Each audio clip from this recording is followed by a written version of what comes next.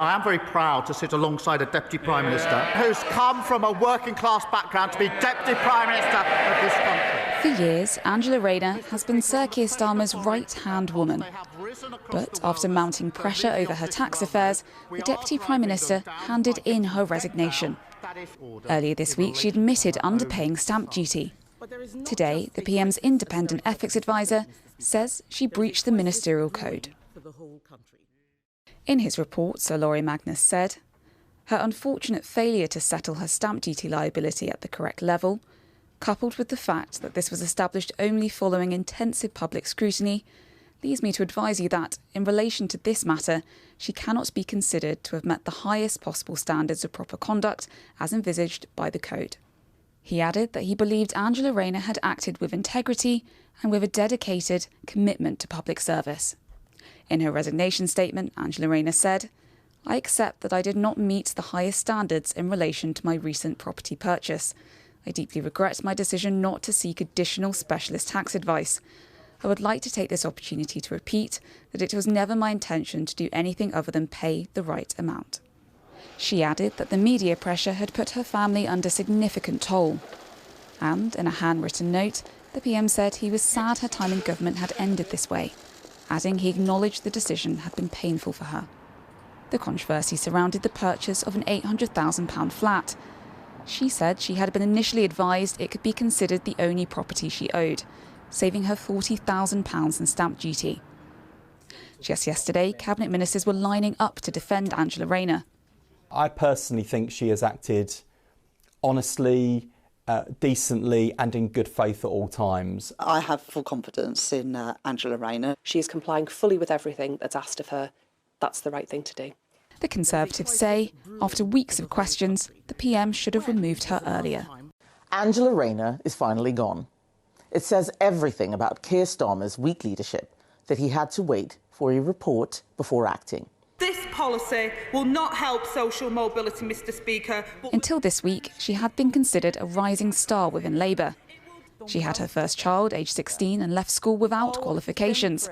Angela Rayner then rose up the union ranks, becoming elected in 2015 and obtaining key roles in the shadow cabinets of Jeremy Corbyn and Sir Keir Starmer.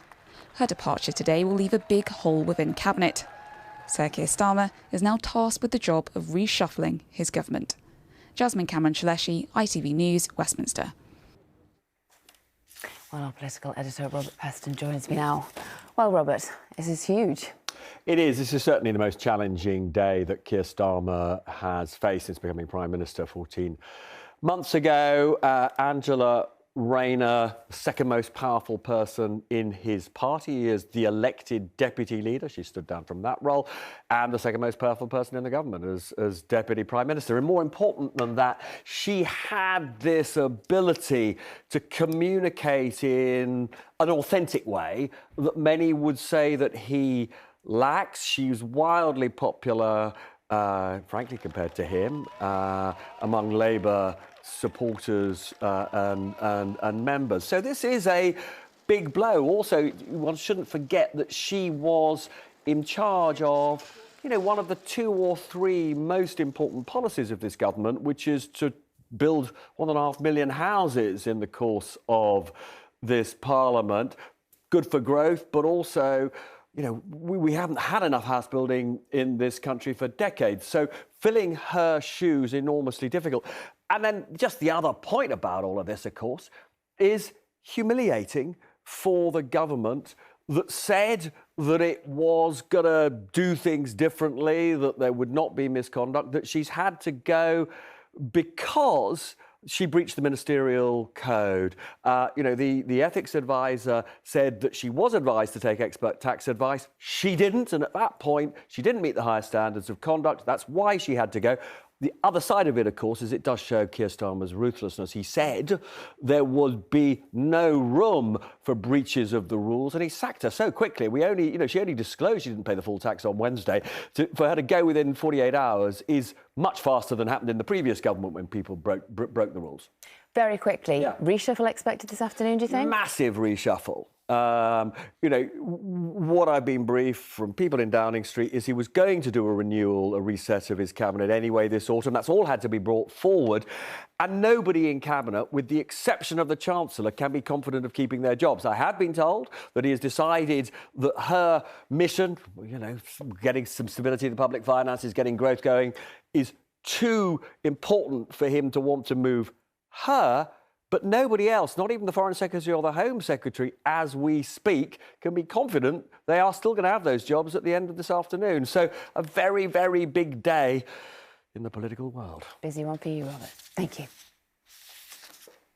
Well, with the government mired in controversy this lunchtime, it couldn't come at a better time for Reform UK.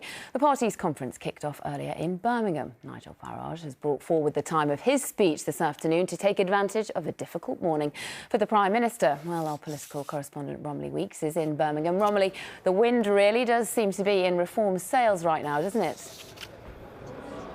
Well, that's certainly what it's feeling like here. Nigel Farage's speech, as you say, was brought forward unexpectedly.